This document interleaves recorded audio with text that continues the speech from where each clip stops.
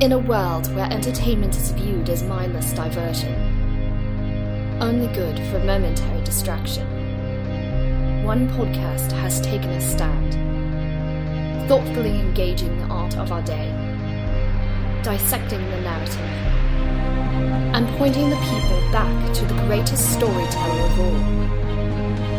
You are about to enter a new world, and you will never view entertainment in the same way again. This is Popcorn Theology. Please lock me away and don't allow the day here inside where I hide with my loneliness. I don't care what they say, I won't stay in a world without love. Welcome, movie lovers and theology nerds, to a very British episode of Popcorn Theology. I'm Rory. And I'm James. That's right.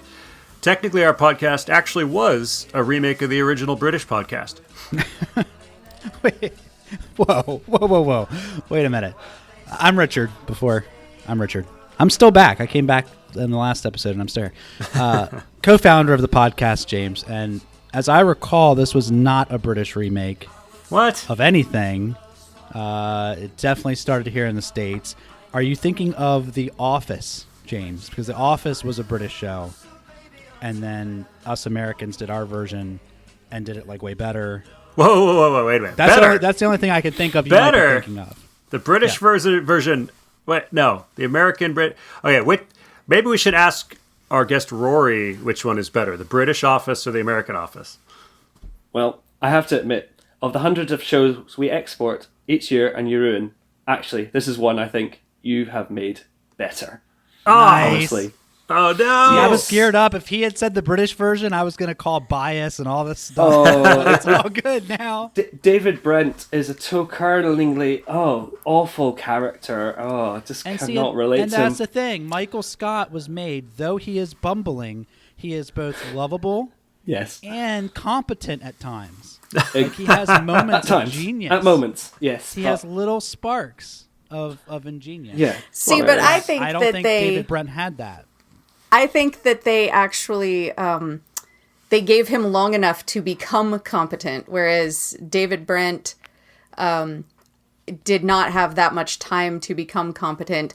But I appreciated that at the end of even that short run, they did show some character growth in his character. Okay, wait, Kat. When did you get here?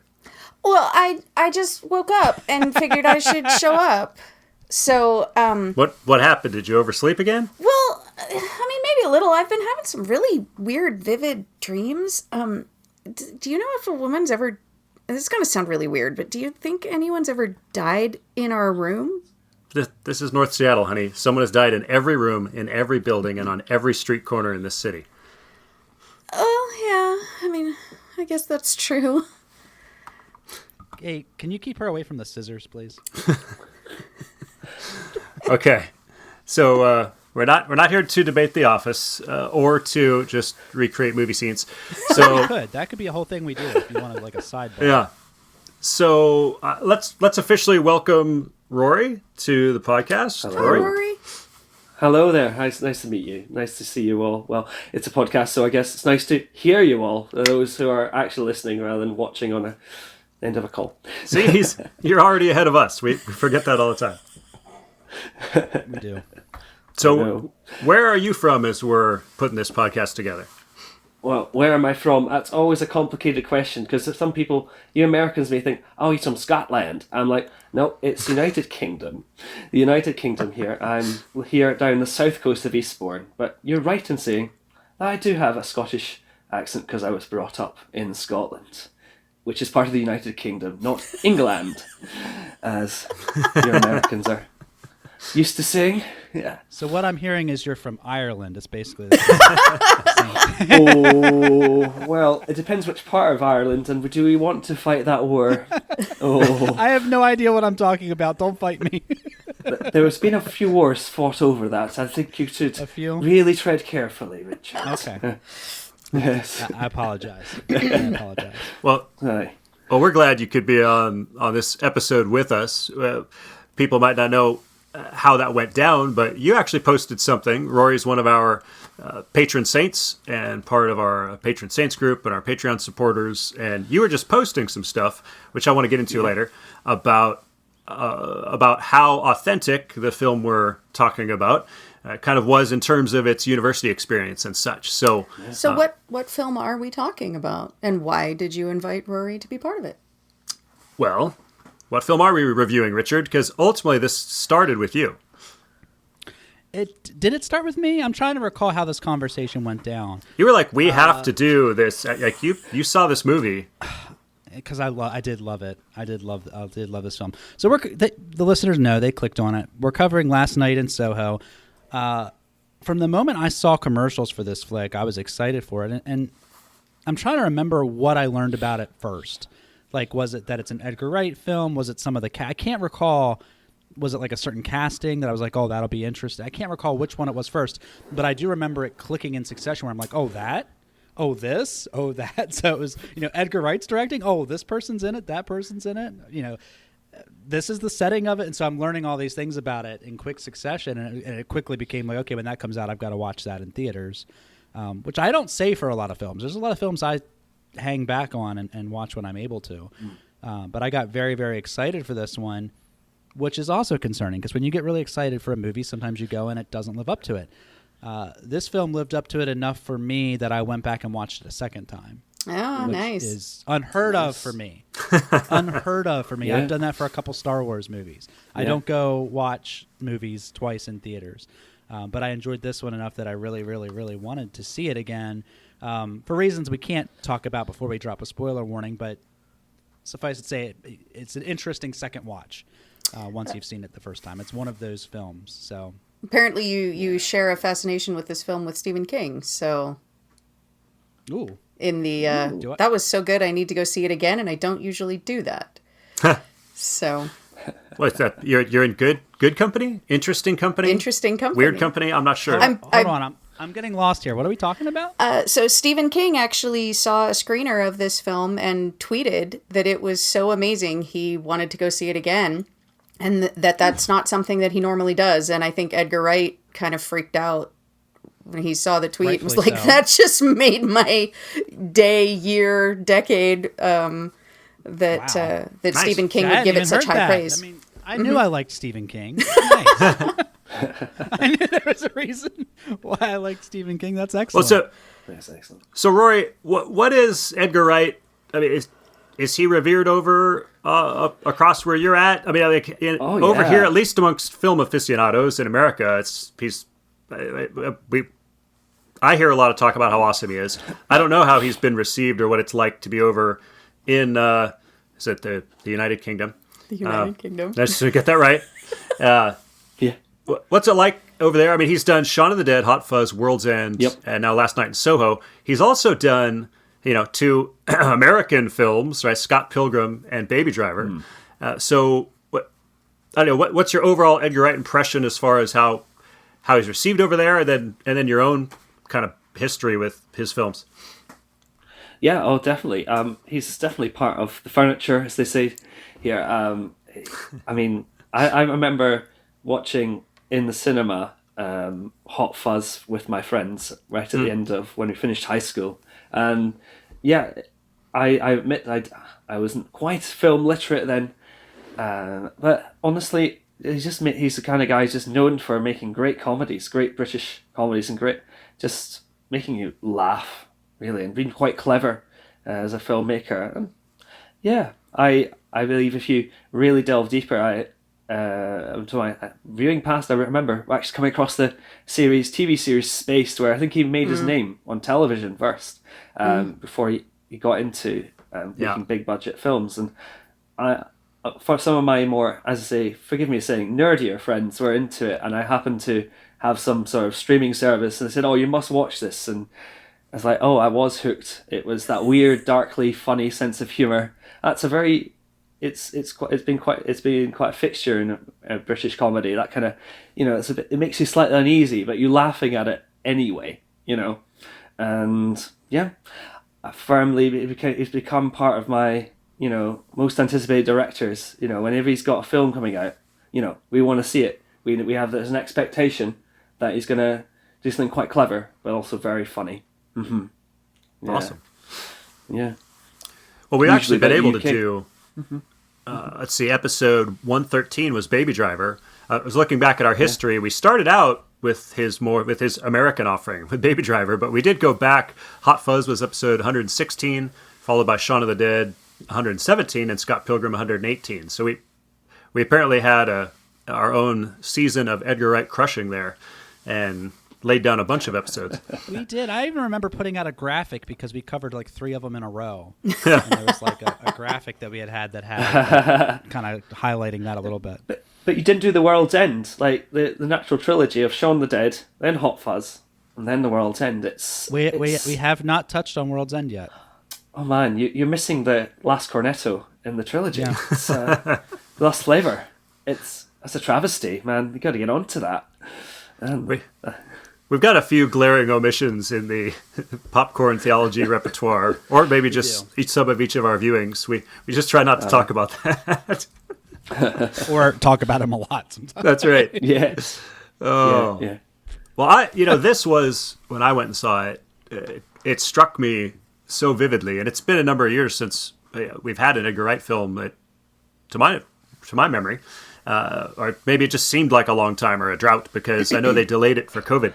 But I walked out of this film, and the first thing I thought was probably the finest craftsmanship in film I've seen this year. Like, I don't know if that means it's going to be my favorite film of the year, but it's like, even having seen Dune before that, and I love Denis Villeneuve, and I love his work, and it was certainly fantastic. There's something about his craft as a director, which to me just stands out head and shoulders above anyone else right now. And that, no spoilers, but the use of camera shots and choreography, a scene that takes place on a dance floor that you would assume used some CGI, and really nothing except for 2 tiny moments was used that was CGI, and most of it was done in almost a single take. Just some amazing work. Most definitely. And I think too, this is actually a broadening of Edgar Wright as a director, which I find kind of fascinating as well. He, because I went into it fairly blind, in that I knew Edgar Wright was directing it, so I knew I was in. But beyond that, I'd only really seen one trailer and kind of figured I don't want to see any more than that. The film there's obviously a bit of mystery, a bit of oddness to it, and I just wanted to go in and experience that. But and then I was struck by where the story went and how he directed it, where he took it, and I was pleasantly surprised. I mean, it's the Harlemans, so we were pleasantly surprised by where the story went. Other people might be slightly horrified by where the story ended up, but it was just a fascinating departure for Edgar Wright, in that the movie itself isn't laugh out loud funny. It's not a comedy. But yet a lot of his signature things were muted, but still there. And I just found the whole experience to be very immersive, very engaging, and I really appreciated just some of the differences and things he did as a director. So just that piece itself, we actually have a young friend who wants to be a filmmaker, and we came out of it and we said, we need to take our friend to see this. We need to make sure that he sees this movie, because these are the kind of movies that we would want the next generation to be making. Clever, interesting, engaging, visually arresting, just mindfully engaging the topics that he's dealing with, but in also then a visually stunning way that uses the medium that he has chosen to work in. And so we still haven't managed to take our friend to see it yet, but that is on our docket of, we need to make sure he sees this film. So, Roy, did you know it was going to be more of a serious horror-heavy film going in? Actually, I had a hint of this because for a short time, anyway, long story short, I've worked for various various gigs in the media, like a radio station, and one time one radio station was working at 2019.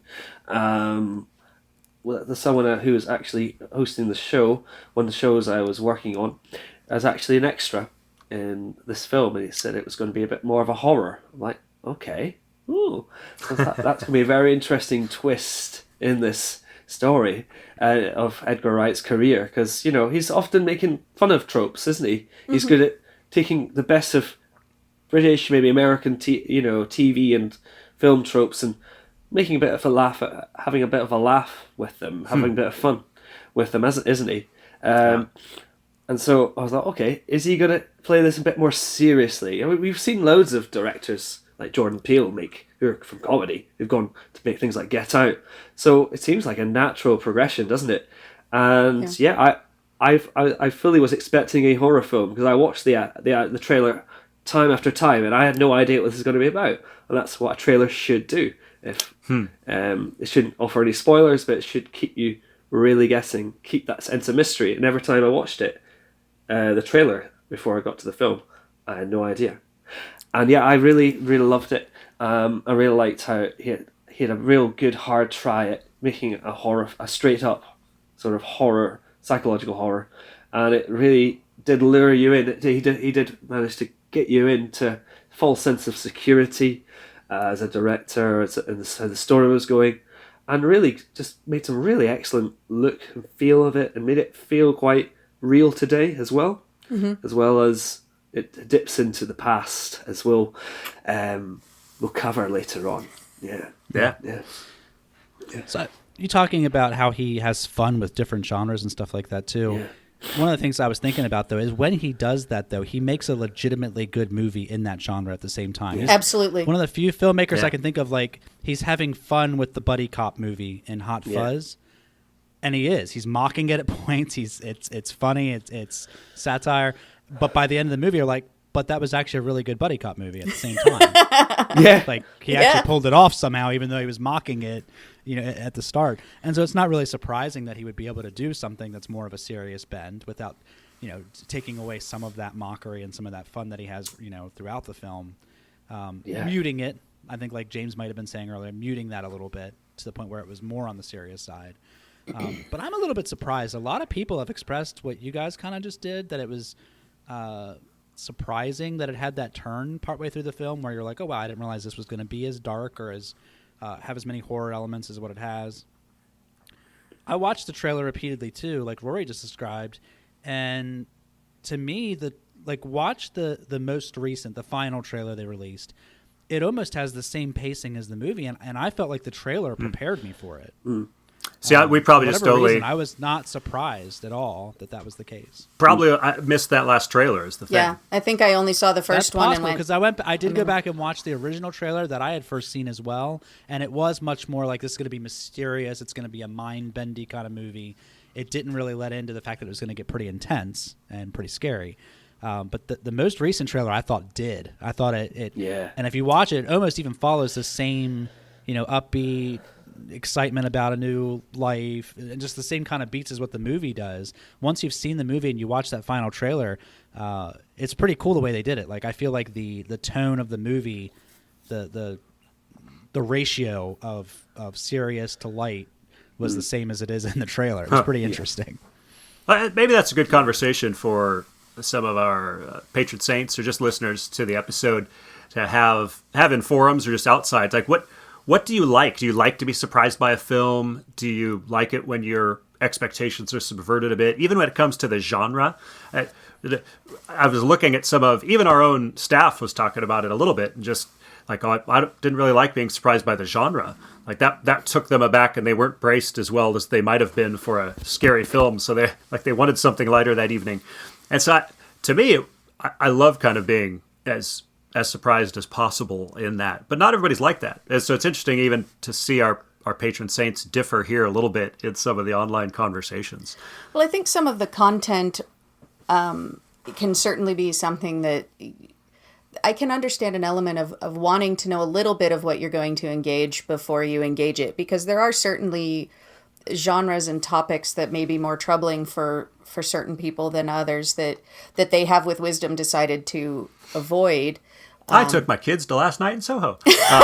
You're right. That sort Probably of thing. not. But at the same time, I can also appreciate the idea of wanting to experience the movie as it is. And so there can be a fine line between being utterly unspoiled that then leads you into an experience you were not expecting and not prepared for, versus spoiling too much so that you can be prepared. Like I can see struggling with that, trying to understand in this day and age, when I do believe that for the most part, trailers give away far too much of the story points and all of that.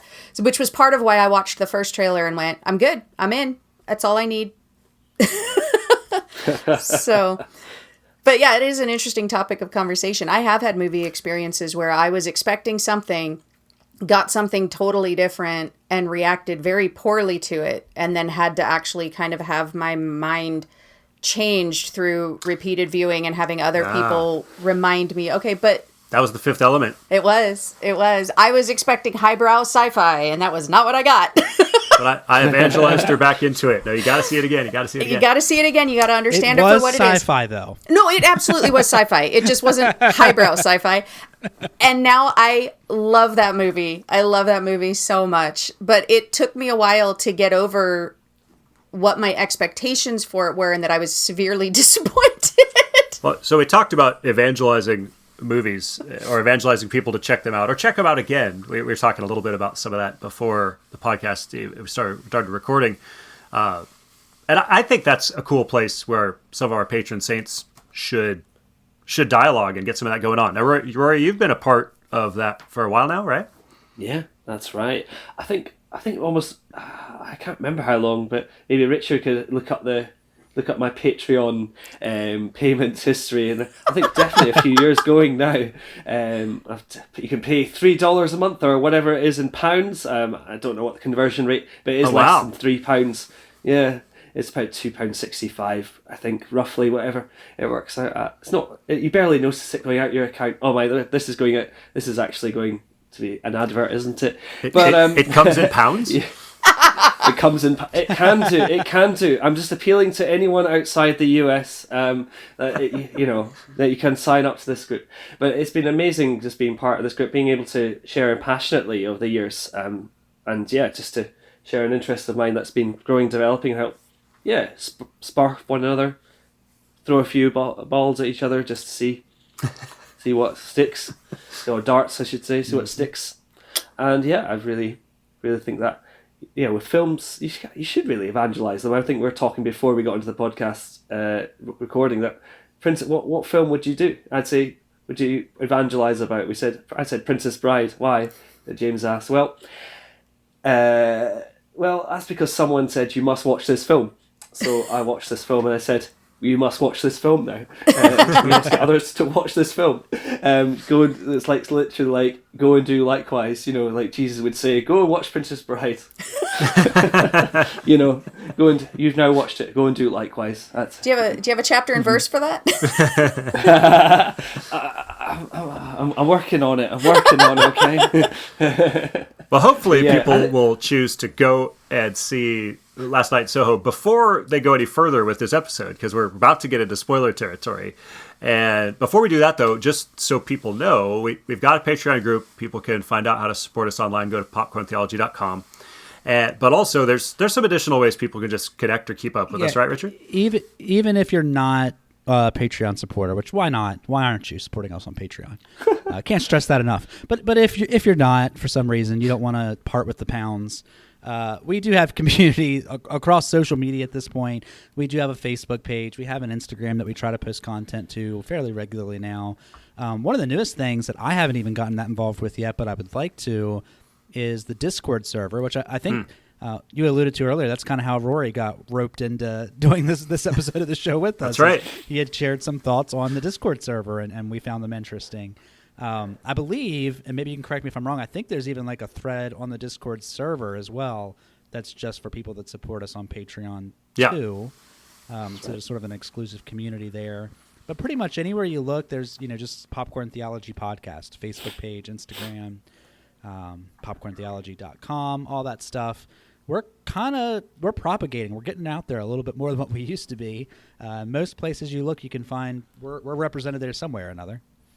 Yeah, and we've even recently branched into some merchandise. Some people were asking for things with the logo and the label that can also kind of spark a conversation. I think it was Miles that talks about the story. He was wearing a T-shirt that sparked a conversation coming out of a movie. And so now there's actually Popcorn Theology T-shirts that say on the back, "You are not a mindless consumer," which could potentially spark some interesting conversation. Well, wait, stickers, mugs. What does that mean? Stickers, mugs, tumblers, pillows. Pillows. Get in a pillow fight and then talk about theology and movies. There you go. So all that stuff. So that is probably enough for now. Let's go ahead and roll some ads so that we can come back and talk about how amazing this movie is. Of course, lots of good actors in it too. Matt Smith, Anna Taylor-Joy. Anna Taylor-Joy, by the way, done so well that she has now been cast in the Furiosa movie. She'll be playing Charlize Theron's role and as a young Furiosa. I'm not sure the size of the eyes match, but but I can see the intensity. Yeah. So let's roll some ads and come back and spend our last hour in Soho. When you're alone and life is making you lonely, you can always go downtown. When you've got worries, all the noise and the hurry seems to help, I know. Downtown, just listen to the music of the traffic in the city. Linger on the sidewalks where the neon signs are pretty. How can you lose? The lights are much brighter there. You can forget all your troubles, forget all your cares. So go downtown. Things will be great when you're downtown. No better place for sure. Downtown. This episode of Popcorn Theology is brought to you by Missionalware. Missionalware has a large selection of high-quality apparel, drinkware, art, and more, all from a Reformed Christian perspective. Check out missionalware.com and tell them Popcorn Theology sent you. Thank you for listening to this episode of Popcorn Theology. If you want to hear more from us, subscribe on iTunes or your favorite podcast catcher. Also, follow us on Facebook and Twitter and share this episode with your friends. Assuming you have friends. To sponsor more content like this, consider supporting Popcorn Theology through Patreon. Then you'll make some friends. For just $1 a month, you can have friends. You can become a patron saint and be added to our exclusive Facebook group, where you can interact, influence, and vote on future episodes of the podcast. Well, let's get back to the episode. I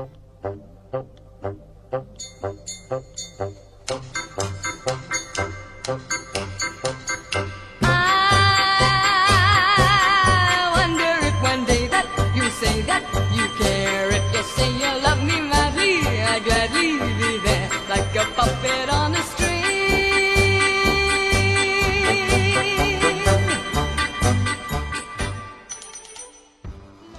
And we're back. So as we start getting into spoilery territory, what were some of your favorite moments? Do you have a specific thing that was really striking, whether it be visual or character or story plot point? Anyone want to go first? Probably Richard first. I mean, he was the one who he saw I it twice. I certainly can, and it's hard. I've got several. I mean, it's obvious. Like a lot of people are going to say, the filmmaking of that dancing scene that James alluded to earlier. That's hard to argue with. That's pretty amazing. Two things you said, plot points or scenes or things like that. I'll give one of each of those. Scene wise, the scene that sticks with me from this film, and I don't know why that is towards the end of the movie. One of the final scenes, when she is hurt and she's going up the stairs, and it keeps cutting to that dreamy red glass, I guess it was, stairs that that are cracking as they're like fighting their way up the stairs and that sort of thing. I don't know what it is about that scene, but it really, the fact that it's going back and forth from this like very gritty, real, on fire building, kind of ugly, really, to this dreamy, I don't know. It was an amazing shot to me. I loved that a lot. One of the plot points that really stuck with me from the film, and there may be a more appropriate, moment to talk about this, where maybe we'll be talking about similar ideas, but something that really stuck with me and I think about a lot, and it might be because of the career that I've chosen. I work in a prison. I work in corrections. A plot point that sticks with me is that a lot of times the bad guys and the good guys sound alike.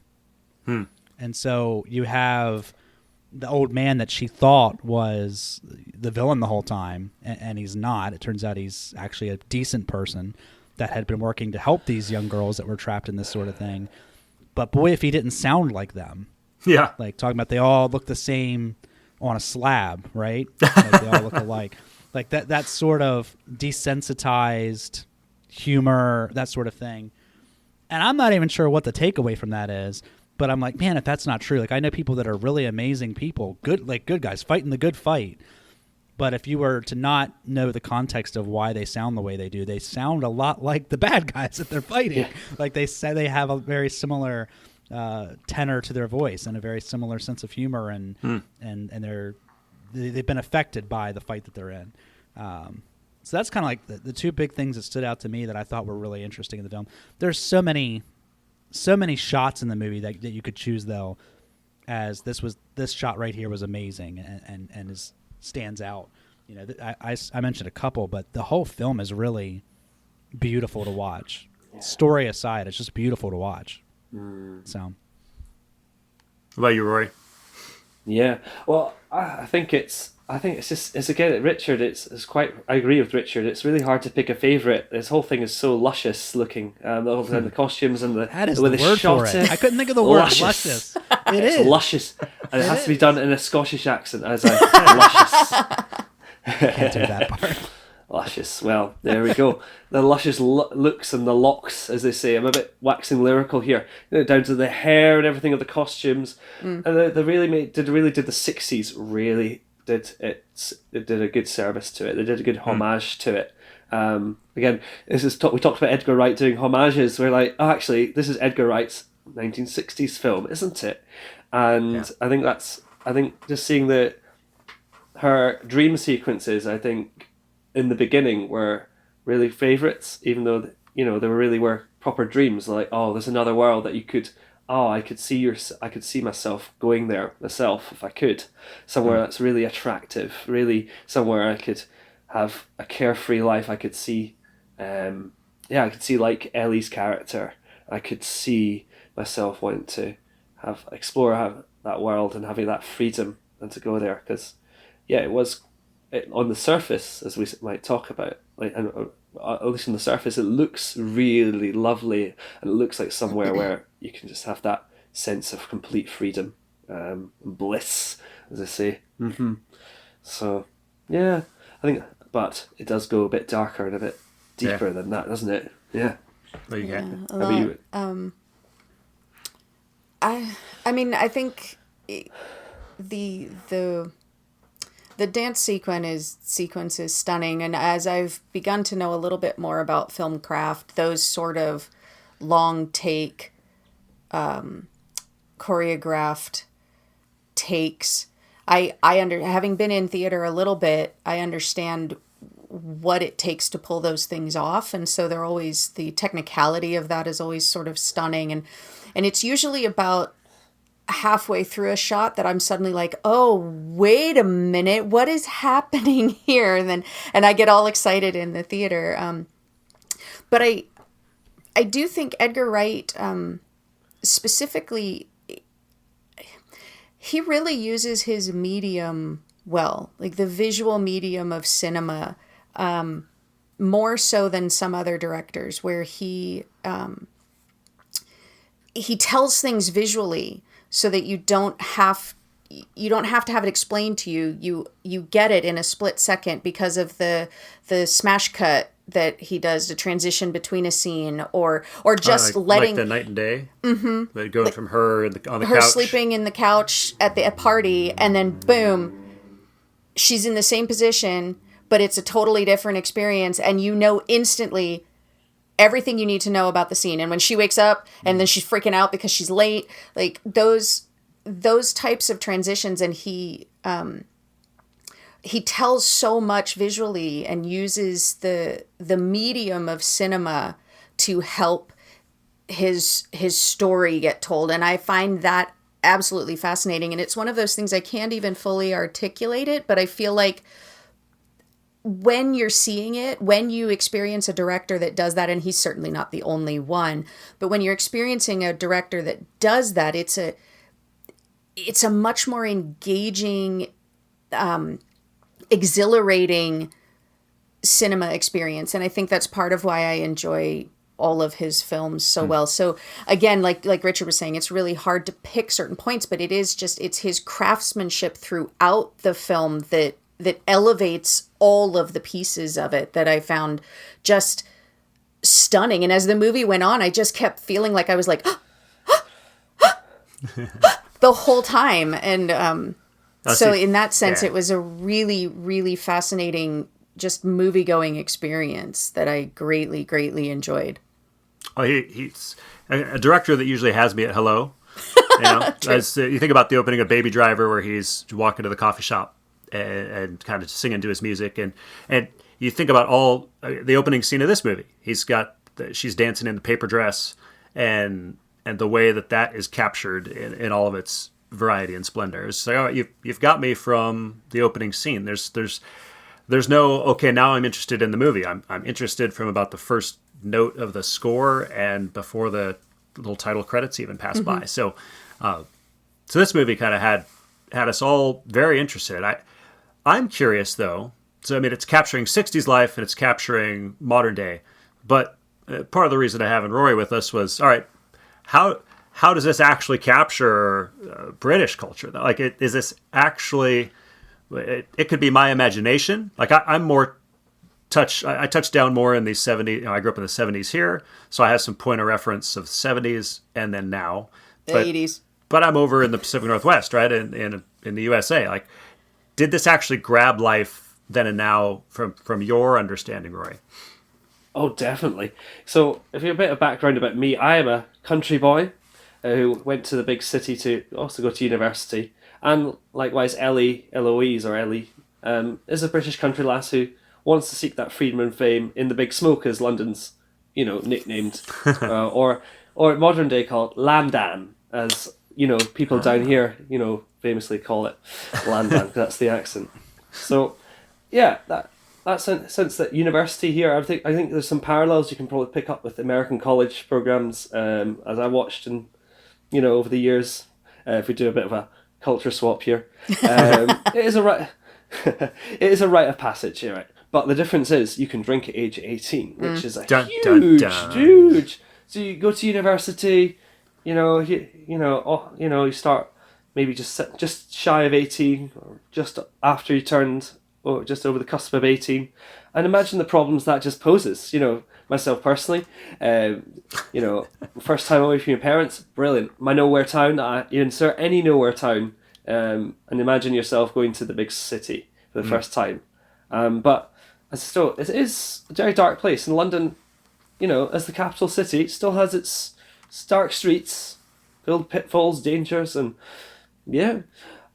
The difference was me with Eloise is that I was a Christian, age 18. That's a very big difference, and that posed, if you're going to British, starting out as a first year. I mean, how would you say it? Is it freshman in the US? Isn't it? Yeah, that's the freshman.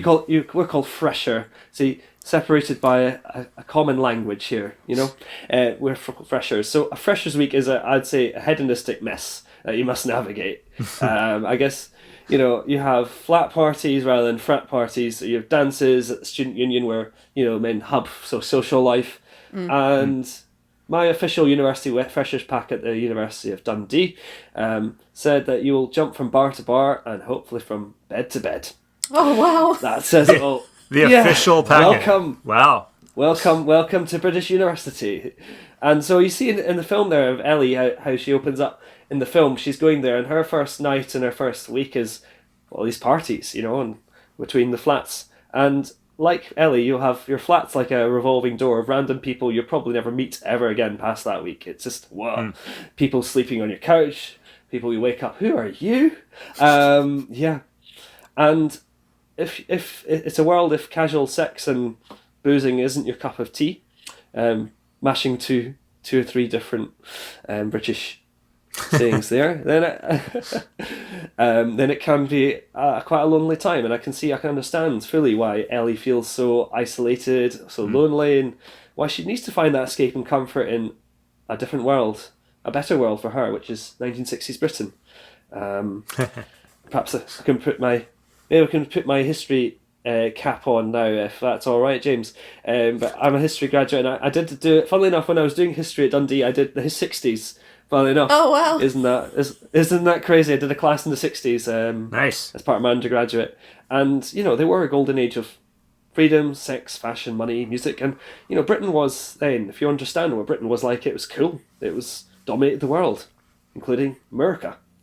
Again. Let's say, yeah, again.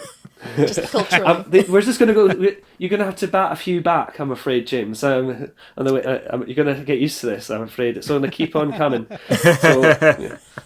So you imagine you have the Beatles, the Rolling Stones, and Britain was the centre of what was the sexual revolution there, and and that 60s. So thanks for that. Thanks for that, man.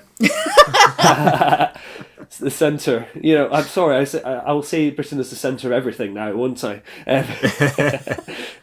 But yeah, as I say, in the 60s, you have Soho, I guess, in London. There's that district that's known for that being so trendy. Having it in bars, clubs, and even strip clubs. So you get everything.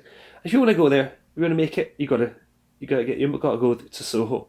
So that helps. I hope that helps and sets up what she's getting herself into, how we can understand ourselves as well, and what we can find ourselves being tempted into. But obviously, if there's a seedy side to this story, we'll get into. There's smutty, powerful men taking advantage of this era, and a lot of women who really want to make it. And Ellie's one of these girls, like Sandy as well, her alter ego, who just desire to be free and independent, and find that freedom. So, well, I think the movie does a really good job of showing that that sort of naive understanding of what she's looking at, and it pulls back that veneer a little bit. Like you were saying, she feels kind of isolated. She doesn't really fit in with her classmates, and so then she experiences this gateway into another world that seems more free, more independent, more fun. It vibes with kind of her own sensibilities from the past with her mother and her grandmother, and so she feels this connection to it, but she kind of goes into it somewhat naively and just sees the veneer of, oh, it's pretty and it's fun and it's more interesting than what's here, right? Because she turns down a gentleman who was trying to invite her out, and she's like, oh no, I've got plans, but her plans are, I'm going to watch what's happening in this other time. Getting lost in nostalgia. Getting lost in that. And so there's this,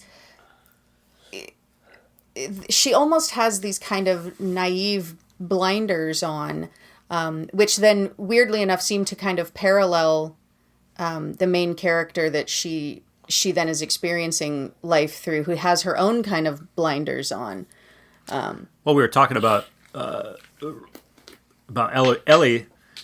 Like, she thinks the past is a better place and a better escape, and so the movie, actually, the narrative turns that on its head, right? I mean, if anything, it kind of says it's either just as bad or perhaps was even darker, depending on how you might want to look at that. That there's something about nostalgia in there, Rory, we were talking about earlier, right? Yeah, definitely. I mean, one thing is nostalgia is just a point saying we often look at nostalgia as a good thing, but actually the real meaning is it's a pain, it's a deep longing, it's a hurt for the past, something that you've lost, some sense of grief. And Ellie's nostalgia is a certain grief for her own mother, who went off to London and didn't go out very well, couldn't go down very well. And since she's trying to rediscover herself in her broken past, she's already broken she's already going back to her own broken past to find it. So trying to look back, I think it's just quite a dangerous one. I think if you're going to go scripturally, or dive deep or into scripture, you'd say, what does the scripture say about that? So I think I'm reminded of Ecclesiastes 7:10 saying, "Why not were the former days than these better?" Why were the former days better than these? For it is not from wisdom that you ask this. And the guy's saying, say not that. Ouch. I'm like, whoo, the pundit. Yeah. And that's a real danger, that we can think, we can have, that was a golden era, or we can make a certain country great again. Sorry. It plays into everyday life, politics, and, well, a lot of it is a battle over the past and how we thought it was, how good it was. We're east of Eden, aren't we? We're getting further and further. We feel that aching longing to be back to a sense of home, a sense of place where it was partly right, isn't it? I think too the danger of that is that we will we'll look at it through rose-colored glasses. I mean, even the Israelites did that in the Exodus, right? We're wandering around in the desert, and they're like, "Oh, it was better if we were back in Egypt." And you're like, "Really? Really? That's your takeaway?" Hey, the whippings were bad, but the food was great. I'm just saying. And so the cucumbers and the garlic. Cucumbers, honestly. The green salad, not the red meat. Anyway. But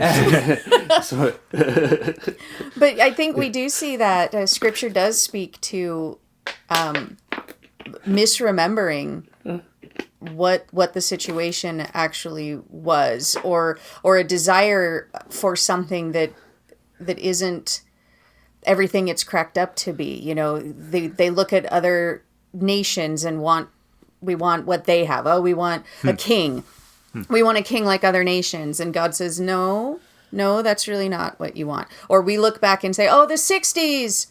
The 60s were fun and frivolous and free, and everyone was experimenting, and it was lovely. Or then there's the other people that are like, oh no, it was the 50s that were perfect, where everyone wore A-line dresses and had their vacuum cleaners, and everything was, you have your 2.5 kids and your ticky-tacky house, and everything was perfect. Or, and yet you put your blinders on to some of the real danger and issues that were going on at the time. And I mean, the main issue being, I think, our own depravity and our own sin nature, and how that then plays out. Because I think part of what this movie does is Sandy herself, the main character, is honestly a bit entitled or proud in the way that she kind of just walks into this place and expects to be given the headliner spot. She walks in to the height of celebrity and is basically like, I deserve to be on that stage, and I shouldn't have to work for it. I should be able to just walk up there and start singing, and everyone will kowtow and bend down to me. And I think that there's an element of that kind of confidence and ambition that can be lauded, but it can also be very, very dangerous, borderline delusional, depending on how far you let it go. And all I could think was in Scripture, it's like 1 John speaks to the idea of, for all that is in the world, the lust of the flesh, the lust of the eyes, and the pride of life is not of the Father, but is of the world. Like, that was, she wanted fame, fortune, acclaim. She wanted people to look at her, want her, desire her, and she did not want to pay her dues or have to do it. She just felt that it should have been handed to her. And let's be fair, the dues she was asked to pay, we wouldn't say she should have had to pay. Well, right? no, of course not. No, of course not. And I felt like the lust of the eyes blinded her to the men's motivation, which I would say is the lust of the flesh. Like, if we're just rolling with 1 John 2, right? I mean, but all due to the pride of life. Like, all of them are operating out of the pride of life, and we all have that. Like, all do that. But in her case, I think she wanted something so badly she was blinding herself. That tells me her desire for the stage was lust and not healthy would have been wouldn't have necessarily been caught. Mm-hmm. And she does get caught in his snare. He absolutely ensnares her. There's no two ways about it. The way that the Matt Smith character Jack recognizes her ambition and how he can use it, the fact that he absolutely plays her and is working with that other gentleman to stage a fight so that he appears to be this knight who will stand up for her. Like, she is absolutely suckered by it. But there is an element of her ambition and pride also kind of blinds her to what else might be going on, or she thinks that she's so clever and smart that she's seeing through anything that anyone might be doing, and therefore misses it as well. And it becomes then this tragic story of a very talented, clever, ambitious woman who gets ensnared and then doesn't know how to get out of that snare. And that becomes a very tragic part of the film. But I don't think that you can let her entirely off the hook for the way she begins her journey into that. At the same time, then not letting the, what was the phrase you used, Rory? The scummy... Smutty. Smutty. Smutty. It's a very British word, isn't it? Smut. Smut. It's very smutty. It's sexual. It's a sort of dirty sexual. And it is absolutely that kind of thing. apropos to the way she is treated and abused by those men. But it's, What do you guys think? Just talking that through, like, it's been interesting hearing you guys talk about this part of the story a little bit, and it's kind of given me a couple of thoughts to the most recent point. Like, thinking theologically about our condition as sinners, there is this: is it that we are slaves to Satan and he's entrapped us into some sort of sin, or is it that we are sinners ourselves that kind of went along willingly? And kind of like the answer is yes on both counts, right? I think she's in a similar situation here, and I think there is a temptation to want to make her a completely innocent party to the whole thing of the story, to the entire everything that transpires, to the point where it can almost, the way the story turns towards the end, might feel wrong because like no, she was the victim. Mm-hmm. But I feel like if you really are engaging with the story and if you're really being real about what reality is, there is no pure victim in humanity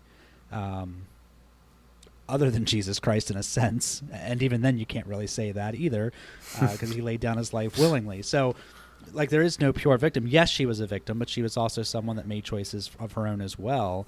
It's almost demeaning to want to make her that sort of character too, that she's just a victim. She's just a product of circumstances that affected her, and nothing is on her whatsoever. I feel like they made a real character with Sandy. I think they made someone that yes, that's a aspect of her story, but another aspect of her story is her own willingness to go along with certain things and to blind herself to certain realities and then to make choices later that were questionable in response to that. But another thing that, Rory, you brought up Ecclesiastes. Yes. And talking about nostalgia. Yeah. That why were the former days better than the current days? I don't remember the exact reference. Yeah. But that made me think as well, and I've never really connected these two ideas. Ecclesiastes also talks about that God has set eternity in our hearts. Mm. Yeah, that we have a longing for eternity. And just hearing you talk about Ecclesiastes and thinking about this movie a little bit, it kind of made me wonder, like, is that inappropriate nostalgia that we feel sometimes maybe us feeling that eternity that we long for in our hearts and trying to locate it somewhere? Trying to... We have this desire for eternity in our hearts, and then we ask ourselves, why aren't today like the 50s? Yeah, because that eternity I'm longing for, that's where it was. It was the 50s or the 60s or definitely. the 70s.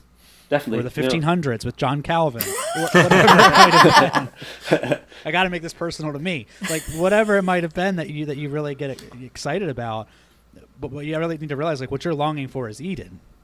It's exactly. I think We screwed that up much earlier. You're touching on Richard. You're touching on Richard that even Christians, even an innocent aching for a more innocent time where definitely no one was sleeping around or anything like that. Everyone was so perfect and chaste, and everyone saw smiles and how are you, Mr. Rogers? That kind of very smiley attitude, a neighbourly a time of community.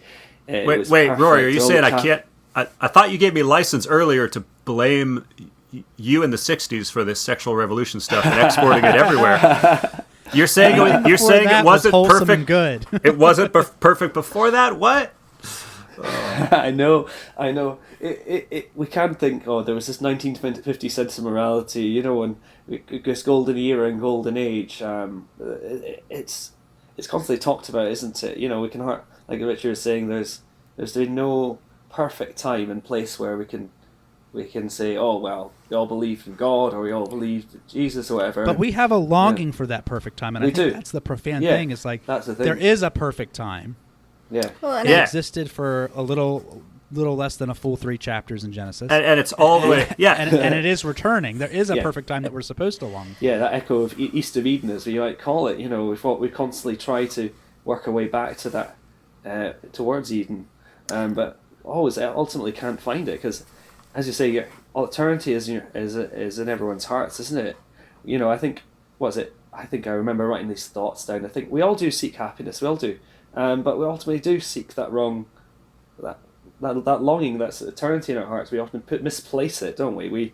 We put it in things, and that's exactly what I was thinking as you guys were talking about those ideas, that even not just the eternity, but the idea of the God-shaped hole that we have in our heart, that those laws and that understanding are written on our heart, even if we aren't fully aware or appreciative of how they should be lived out. And so we will try to stuff anything in there that will fill that hole that we recognize that we have. And whether it's nostalgia for other eras or whether it's making our own idols instead of worshiping the Lord as he's revealed himself to be, all of those things, that ambition, like for Sandy, that ambition became what was going to fill that longing for her. And then for Eloise, it was the idea of, if I can connect to this time in the past that was obviously better,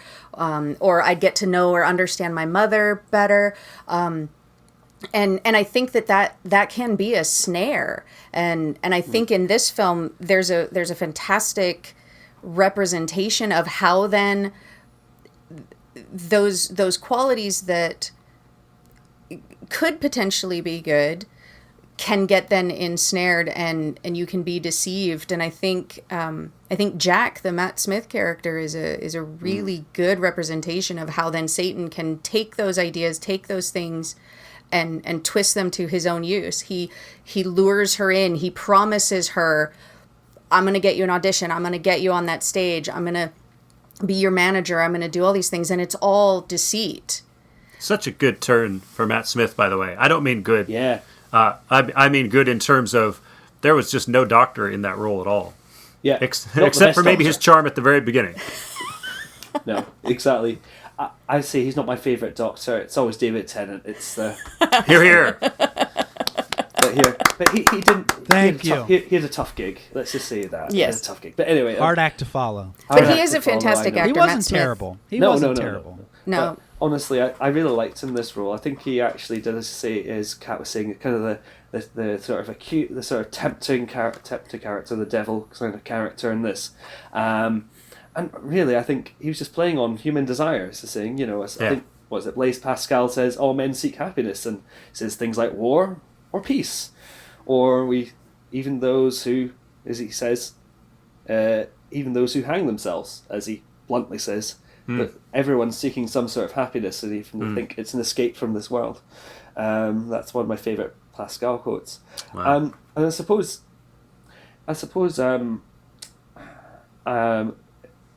I suppose that Ellie herself, there's clearly some sort of brokenness and seeking it in another person that is not of her own world, but it's just as broken as her. I think, in the sense that if we seek our own happiness in another human being who's completely broken, like we are people who are separate from, who are in Adam, as it were, and we're trying to seek happiness in another Adam character who's totally unredeemed, totally not transformed. We're actually seeing there's a better Adam to seek transformation in, who actually we can look to a certain past, but also a glorious future at the same time. See, there's a sense of there's a good looking to a certain event in history, and a certain looking forward, isn't there? And that's actually is quite healthy, I think, in the terms of a gospel centered way. I think that's Eloise is a little easier, I think, for some of us to relate to than Sandy. Yeah. At least those of us who had the awkward time and transition and trying to fit in, or like that. But it was interesting too. While she doesn't seem to make the same mistakes, or maybe they don't necessarily cost as much as what it did for Sandy, or turn her into what Sandy became. I found it pretty interesting that the movie didn't let her get off scot-free as sort of the innocent person either. I was thinking about her misjudging of Lindsay. That's the name of Terrence Stamp's character, not General Zod. But this old man, am I wrong in thinking ultimately she's yelling at him, he runs into the street, he turns around, like her accusations kind of inadvertently, indirectly cause him getting hit by that car? I think there's some real I think there's actually some real is it called subtext? I don't know what the word is, to current calling out culture, maybe. It's a bit of a accusing, mob, getting the wrong person. And certainly, I think we're with her in this, aren't we? We're with her, and we're thinking at this point, yes, she's finally got the person. She's finally got who's been causing all the torment of this character, causing her personally her own grief, as well as Sandy's also what she thought it was her demise. Cause he was the killer, but that misplaced, calling out and harassment, actually led to the death of someone who actually was trying to get her out. And I think that was actually really gutting. And the guy in the gutter, there actually dying, was actually someone who was actually trying to get Sandy out. And I thought, oh no, what now? What's next going to happen? Well, and it was like I definitely think there was some subtext there too, because you had, and it's difficult to talk about this without upsetting someone potentially, but you have her accusing Lindsay of all these terrible things, and like I kind of talked about earlier, like sometimes the good guy looks a lot like the bad guy and sounds a lot like the bad guy because of what they've had to deal with, and it turns out no, you've actually just now contributed to losing one of the good guys, one of the ones that was trying to help Sandy and has tried to help many girls get out of that sort of lifestyle, and it's just seen some terrible things. But I think the movie plays a lot with that idea, because you have certain shots that I think are touching on that. When she's running through the hall and every man she passes by, she's seeing one of those ghostly figures. And I think that was playing with this idea of like, you can be so traumatized by like genuine sin that happened that you interpret everybody else's advances or everybody else's actions in the worst possible light because of the fear of the terrible things you had seen. And I think that's made even more crisp and clear in the scene where she's doing some non-Christian things with her friend.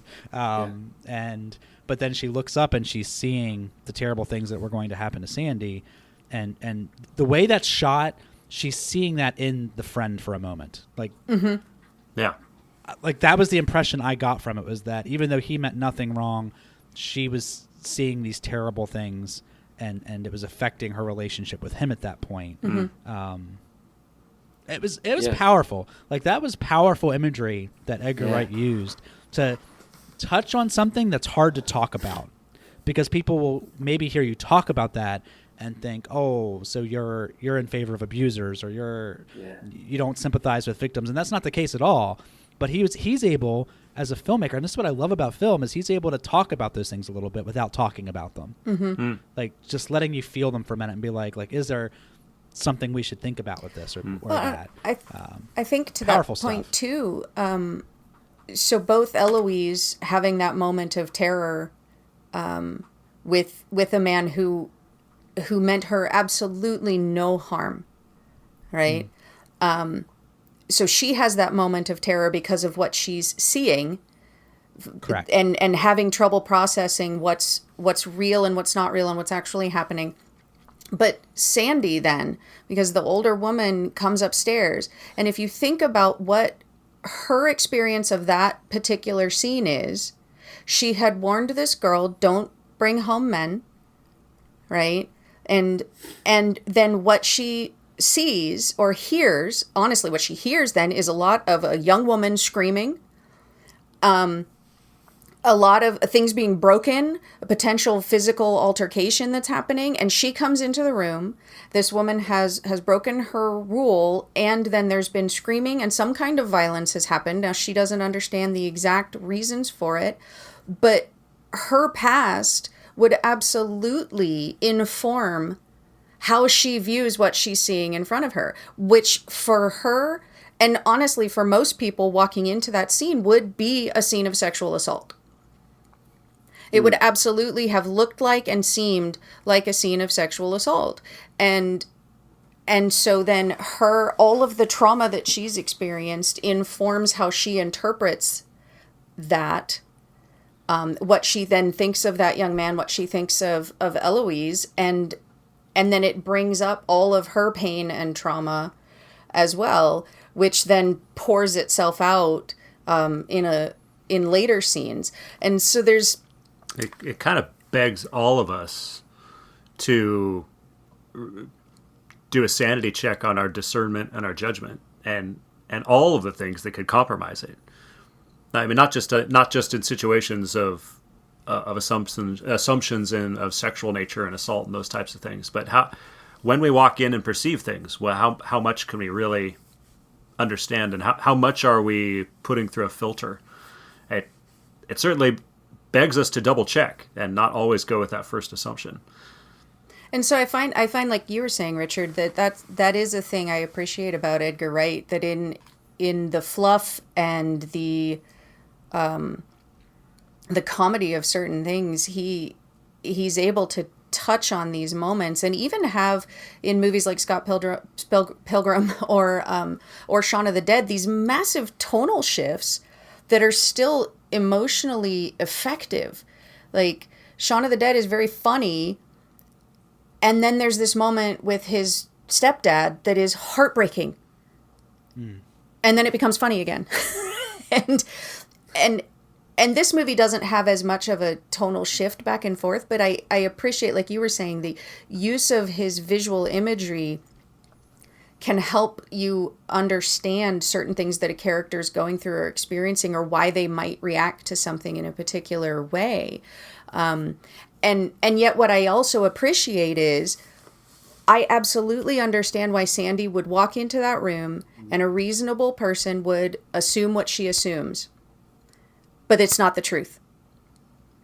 It's not the truth of what happened up there in that particular instance. That young man did not assault that woman. He had no understanding of what was going on, or what was happening. And just as an aside, I'm curious, do you guys have any ideas or thoughts on the one piece of the movie that confounded me slightly was Eloise's gift, her spiritual sensitivity, her ability to kind of see into the past, see these spirits. It's presented fairly matter-of-factly. It's given to you as an audience that this is a thing that happens, this is what she sees, and yet in this one instance, what she sees doesn't seem to be entirely true. They talk about it a little bit later where Sandy mentions, maybe I did die in that room. And there's an element of a piece of her character or a part of her psyche that may have been utterly destroyed in that moment. But yeah, but still, what Ellie sees is her getting killed, which didn't happen. her getting killed, which didn't happen. And so I'm curious. I don't know. I was curious about that too, and so in my second watch of it, I paid extra close attention to that scene, and of course, I feel like I could be misproven with a third watch. So take this for what it is. So what's your impression then? My impression was that scene didn't show anything false. We saw blood pouring all over Sandy. I don't recall seeing Sandy kill that man. Or seeing him kill her, but the assumption was made because the last we saw he had the weapon and then we saw blood all over her. Okay. So I feel like in her distress, she was blinking, looking away. I don't know why I'm doing this for the... No one can see me. I'm blinking and looking away for the purpose of radio. So my impression was her visions were always accurate, but that was such a traumatizing thing that she did not watch it. And she was... First of all, you got to remember, she's going to have this bias against Jack in the first place. Certainly. Yeah. Like, to where she's going to assume, yes, he's going to kill her. I know he's the sort to do that. She doesn't want to see it, so she's blinking and looking away and only getting flashes, and we as the viewer are seeing those flashes that she's seeing. That was my impression. So that I actually don't recall, I could be wrong on a third viewing. I don't recall seeing anything that wouldn't necessarily be true. Okay. Just we only saw part. No, that's an intriguing take, and I think Edgar Wright is a smart enough filmmaker to not feel like it's a retcon, but I was a bit curious about that. But then it actually plays even more into, did you see what you think you see, or did you see what you think you saw? Is what you understand another part of the realism the truth. with that? Another part of the realism with that is after that. And she's freaking out about everything, and she sees Sandy with her throat slit in the middle of class. And so I feel like that, there's no reason she would have seen that. And so I think at that point, we're blending mental trauma and potentially the beginnings of mental illness with a thing that was a real gift that she had. I think the movie did a really good job of like kind of being real with stuff. Like, that would traumatize you, and even you would start to question, what is this gift that I have and what is me freaking out because I'm freaking out because this is a terrible thing I've witnessed. Yeah, certainly find it very hard to know what's fact or what's fiction, and certainly all that trauma would certainly affect how you view everything. Every street corner you could be haunted. I think in one is that Halloween scene, isn't there, where she's, I think it's just turned into a complete nightmare. It's one and everything there just causes complete trauma. She doesn't know what to do. She just freaks out. And I think I would be freaking out if I were her in that kind of environment. You know, Halloween costumes are meant to be kind of a bit fun take on a horrific, well, horror. It's Halloween isn't meant to be about anything too happy, is it? But imagine, a party turning into an absolute nightmare for you. And she's so broken, isn't she? She's just someone who... And you just want to put an arm around her shoulder and say everything's going to be all right, love. Although there's a bit more. It needs a bit more than that, than a cup of tea and that, I'm afraid. No. But I guess if you're a broken person in terms of, I think we are broken as well. How we view truth, because I think there's a certain element of how sin affects how we view life and how we interpret things, that we can also skew the truth as well. What we believe, how we interpret that. We're constantly trying to make sense of the world that we're in, aren't we? You know, based upon our past experiences, aren't we? I think it's something to take into consideration about. You know, no one ever sees the absolute truth, if you want to put it that way. And yet we're all going to bring in our own experiences to it, aren't we? And how we interpret it.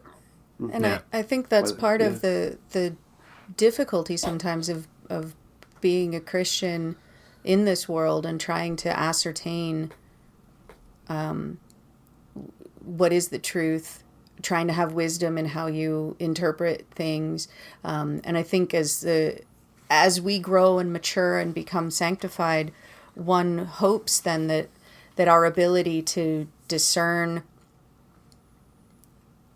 situations in front of us and how we should respond or behave in them would hopefully mature as well. But I think that can be kind of tricky, especially when we we're confronted very much with a broken, fallen world. We're born into a system, both in our own nature, being sinful and not necessarily predisposed to do the righteous thing, but then as Christians trying to walk righteously through that, trying to deal with other broken, sinful people. So we're going to be sinned against. We will commit sins against them. And how do we navigate those things? How do we reconcile those things, or entreat people into the truth that we do know? And I think the movie does actually play with that a little bit, because it's intriguing. I'm really fascinated. It actually makes me want to go view it again and dig into it a little bit deeper, because I do appreciate that Edgar Wright. There's more going on, and I think this movie is even deeper than many of his others in some of that. Yeah, I think it could have had a very generic message. I think in a lot of other Hollywood hands, between the screenwriting and the direction and production, it could have come out very differently. And I love that he just manages to keep the characters muddy, from Eloise causing the death of Lindsay to then Sandy really not. No, there's no over apologizing for the fact that she is both victim and villain, because she tries to poison Eloise. She tries to kill John there at the end too. And I even asked the question after she killed Jack, and then got another person or two, probably the other guy who was the co-pimp. It's like, why is there a whole room full of guys? Like, why did she keep going? Like, at some point, it's confusing to think, other than the fact that she started luring them in some kind of repetitive cycle of vengeance, maybe then taking their money, maybe securing herself. It sort of reminded me of Hebrews, where it says that a root of bitterness can spring up and cause trouble and defile many. And it's like the bitterness of her victimization, it made her, as she then turned and acted as a villain, and actually then she hurt people. Some of them, like we would look at some of those guys, and as Ellie says no to giving them their break at the end. Like, it's like, well, you deserve this. But then she tries to take out Eloise and then John. That's like, well, wait, this person is, it's hard to see her as redeemable. And in fact, even then she doesn't see herself as redeemable. She's just basically, let me burn. Like, I'm not going, like, there's no way out of this. And it's a sad vision, but it's kind of an unapologetic vision of human nature. And I appreciated that. And maybe some of that is, that is part of the truth then, is she did die. What allowed her to have any sort of hope or compassion or empathy did actually die in that room. That act of violence did not release her. Yeah. And in fact, that act of violence trapped her even further. Yeah. And then it becomes this tragic, repetitive cycle. And there is this lovely moment where Eloise does try to offer understanding, compassion, or a chance for some type of redemption, even if it is just coming clean with your sin, what has happened to you and what you have done. Even that idea of just unburdening yourself. And Sandy is unable even to do that. And so it was this horribly tragic ending in that sense. That piece of it was very sad and tragic and heavy. Well, we probably got to wrap up soon at this point. Any final thoughts or things we don't want to be left unsaid before we close up this episode?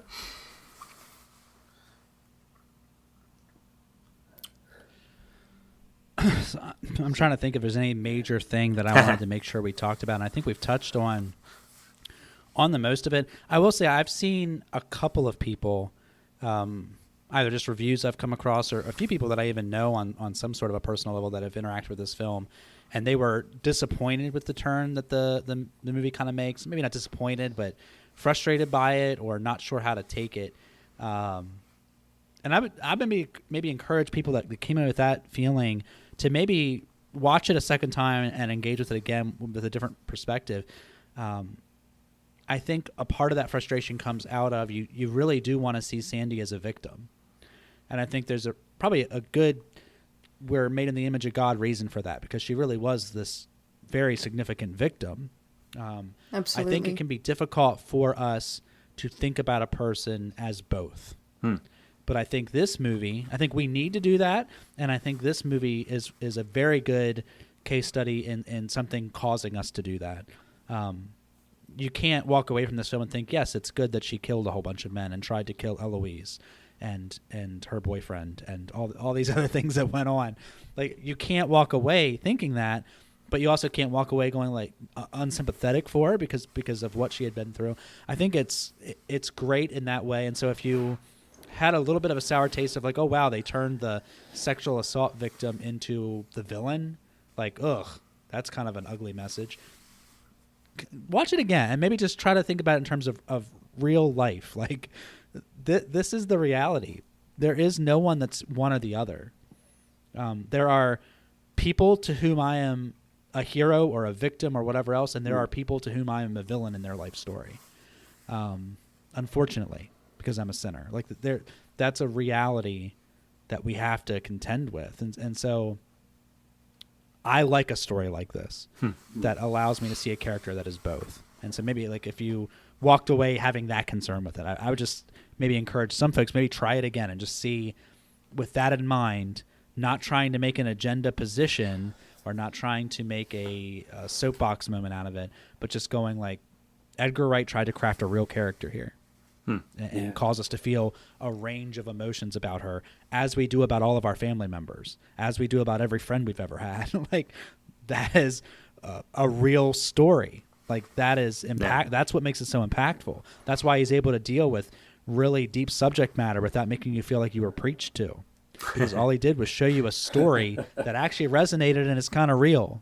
So I would just say engage with it one more time. Give it a second shot if that was your story with it. Definitely. And definitely, you know, with this whole, I mean, we've sort of danced around the word woke, I think. There's times of Me Too and everything like that, hashtag Me Too. And so it really does have that great sense of storytelling. That's, in a sense, it is going with the grain so far with the Me Too sort of message, but then subverting underneath your expectations, which actually is what the gospel does, isn't it? It's what makes it a great filmmaking, because it is, I think, very Christian storytelling, isn't it? You know, like David, being confronted by Nathan, and he says, "Oh, that's so unjustified. That was you, boy. That was you." And I was like, "Oh no, oh no, what was me?" And I think that's the best kind of storytelling, where the gospel does say, "Yes, I have been a victim. Yes, bad stuff has happened to my life, bad stuff." But also, it's not. I'm so glad that Edgar Wright's saying, actually, you're also the perpetrator in some shape or form as well. But Jesus says, you're in the hole. I know the way out. Don't worry. And come with me. And I think that's, even if you got yourself in there. I think I would just encourage people just to learn from how filmmaking techniques like this, just how we could maybe better share the gospel story with our friends as well. No, that's a fantastic thing, and I think a movie like this actually opens up that conversation piece too. Even that idea of laying your burdens at the cross, laying the sins that have been committed against you as well as the sins that you have committed, being able to lay those burdens down at the foot of the cross, know that Christ has forgiven you your portion, that Christ can help heal you from the wounds that have been perpetrated against you, and help you then to be able to not live in those wounds, to not have to wallow and stay in those wounds, and that sense of victimization, that there is a way out of it. There is a possibility for joy within him and the work that he has done on our behalf, and within the work of the Spirit in the way then we walk forward after recognizing what he's done for us and what the Father has done for us by sending his Son and his Spirit to change us and transform us and free us from those burdens. And I think that could be a great conversation starter. Yeah. Amen. And now when you say there's room for joy, do you mean Anna Taylor-Joy? Is that... In this movie and in future films, yes. Well, because you think about her sitting there, the older Diana Rigg, Yeah. sitting there in the flames, just unwilling to basically walk out and confess and unburden herself. And I go one step further. I hate to bring the